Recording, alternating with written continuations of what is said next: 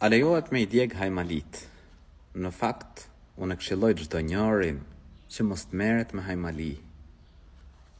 Mbështetju Allahut lartësuar, lutet madhin Zot. Zoti I gjithësisë është ai që na ruan, ai që na mbron, nuk është hajmalia. Zoti I gjithësisë është shëruesi, nuk është hajmalia. Prandaj, mbështetju dhe lute vetëm Allahun e lartësuar.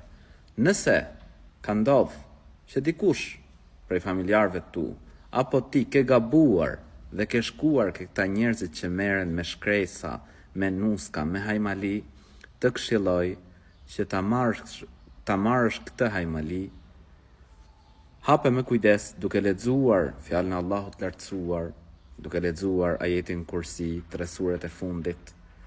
Merr një enë me ujë të pastër,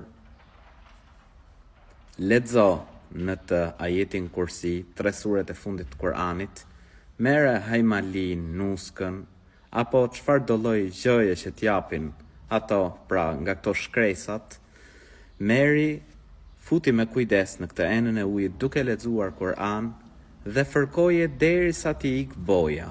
Më pas, merri dhe digji.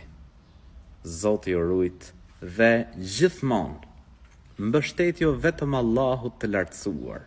Nuk të ruan as patkoj, as syri magjik, as hajmalia, as nuska, as shkresat. Ai që të ruan, ai që të mbron, është vetëm Allahu I lartësuar.